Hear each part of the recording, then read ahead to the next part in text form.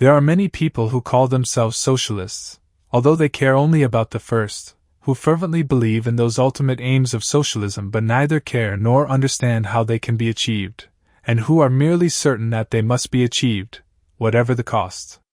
But to nearly all those to whom socialism is not merely a hope but an object of practical politics, the characteristic methods of modern socialism are as essential as the ends themselves.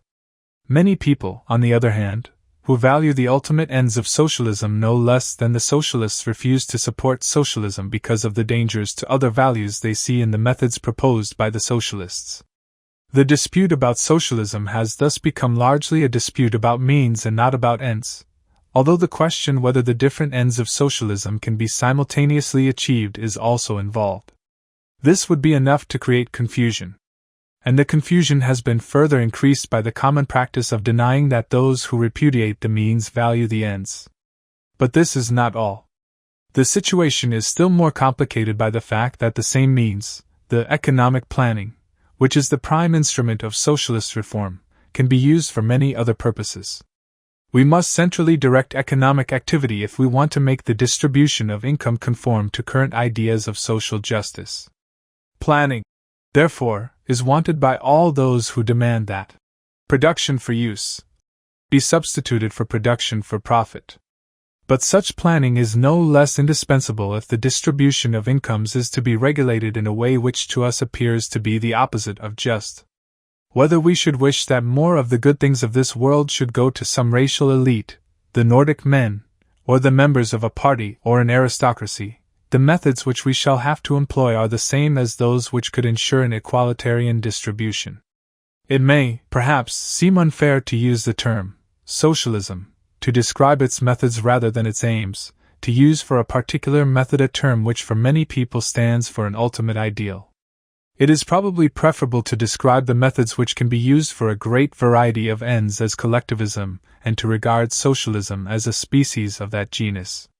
Yet, although to most socialists only one species of collectivism will represent true socialism, it must always be remembered that socialism is a species of collectivism, and that therefore everything which is true of collectivism as such must apply also to socialism.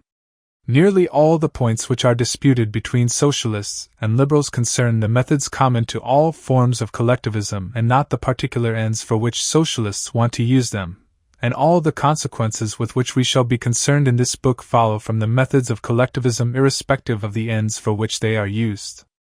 It must also not be forgotten that socialism is not only by far the most important species of collectivism or planning, but that it is socialism which has persuaded liberal-minded people to submit once more to that regimentation of economic life which they had overthrown because, in the words of Adam Smith, it puts governments in a position where to support themselves they are obliged to be oppressive and tyrannical.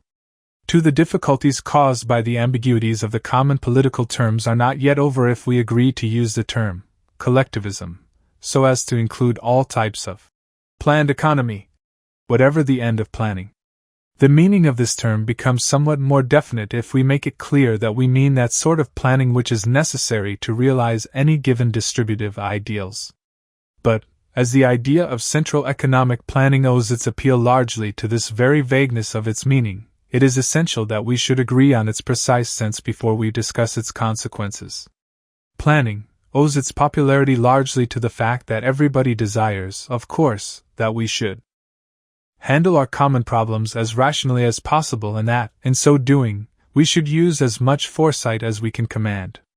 In this sense everybody who is not a complete fatalist is a planner. Every political act is, or ought to be, an act of planning, and there can be differences only between good and bad, between wise and foresight and foolish and short-sighted planning. An economist, whose whole task is the study of how men actually do, and how they might plan their affairs, is the last person who could object to planning in this general sense. But it is not in this sense that our enthusiasts for a planned society now employ this term, nor merely in this sense that we must plan if we want the distribution of income or wealth to conform to some particular standard. According to the modern planners, and for their purposes, it is not sufficient to design the most rational permanent framework within which the various activities would be conducted by different persons according to their individual plans. This liberal plan, according to them, is no plan, and it is, indeed, not a plan designed to satisfy particular views about who should have what. What our planners demand is a central direction of all economic activity according to a single plan, laying down how the resources of society should be, consciously directed, to serve particular ends in a definite way. The dispute between the modern planners and their opponents is, therefore, not a dispute on whether we ought to choose intelligently between the various possible organizations of society. It is not a dispute on whether we ought to employ foresight and systematic thinking in planning our common affairs. It is a dispute about what is the best way of so doing. The question is whether for this purpose it is better that the holder of coercive power should confine himself in general to creating conditions under which the knowledge and initiative of individuals are given the best scope so that they can plan most successfully, or whether a rational utilization of our resources requires central direction and organization of all our activities according to some consciously constructed blueprint. The socialists of all parties have appropriated the term planning for planning of the latter type, and it is now generally accepted in this sense. But though this is meant to suggest that this is the only rational way of handling our affairs, it does not, of course, prove this. It remains the point on which the planners and the liberals disagree. It is important not to confuse opposition against this kind of planning with a dogmatic laissez-faire attitude. The liberal argument is in favor of making the best possible use of the forces of competition as a means of coordinating human efforts, not an argument for leaving things just as they are. It is based on the conviction that, where effective competition can be created, it is a better way of guiding individual efforts than any other. It does not deny, but even emphasizes that, in order that competition should work beneficially, a carefully thought-out legal framework is required and that neither the existing nor the past legal rules are free from grave defects. Nor does it deny that, where it is impossible to create the conditions necessary to make competition effective, we must resort to other methods of guiding economic activity. Economic liberalism is opposed, however, to competitions being supplanted by inferior methods of coordinating individual efforts. And it regards competition as superior not only because it is in most circumstances the most efficient method known, but even more because it is the only method by which our activities can be adjusted to each other without coercive or arbitrary intervention of authority. Indeed, one of the main arguments in favor of competition is that it dispenses with the need for conscious social control, and that it gives the individuals a chance to decide whether the prospects of a particular occupation are sufficient to compensate for the disadvantages and risks connected with it. The successful use of competition as the principle of social organization precludes certain types of coercive interference with economic life, but it admits of others which sometimes may very considerably assist its work and even requires certain kinds of government action. But there is good reason why the negative requirements, the points where coercion must not be used, have been particularly stressed. It is necessary in the first instance that the parties in the market should be free to sell and buy at any price at which they can find a partner to the transaction, and that anybody should be free to produce, sell, and buy anything that may be produced or sold at all. And it is essential that the entry into the different trades should be open to all on equal terms and that the law should not tolerate any attempts by individuals or groups to restrict this entry by open or concealed force. Any attempt to control prices or quantities of particular commodities deprives competition of its power of bringing about an effective coordination of individual efforts, because price changes then cease to register all the relevant changes in circumstances and no longer provide a reliable guide for the individual's actions. This is not necessarily true, however, of measures merely restricting the allowed methods of production, so long as these restrictions affect all potential producers equally, and are not used as an indirect way of controlling prices and quantities. Though all such controls of the methods of production impose extra costs, i.e., make it necessary to use more resources to produce a given output, they may be well worthwhile.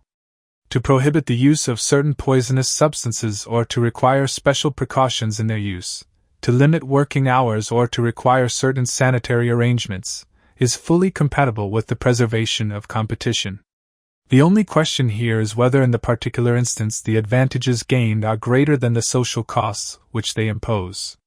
Nor is the preservation of competition incompatible with an extensive system of social services, so long as the organization of these services is not designed in such a way as to make competition ineffective over wide fields.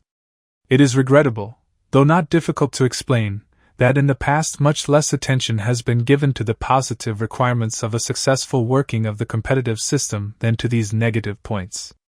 The functioning of a competition not only requires adequate organization of certain institutions like money, markets, and channels of information, some of which can never be adequately provided by private enterprise, but it depends, above all, on the existence of an appropriate legal system, a legal system designed both to preserve competition and to make it operate as beneficially as possible.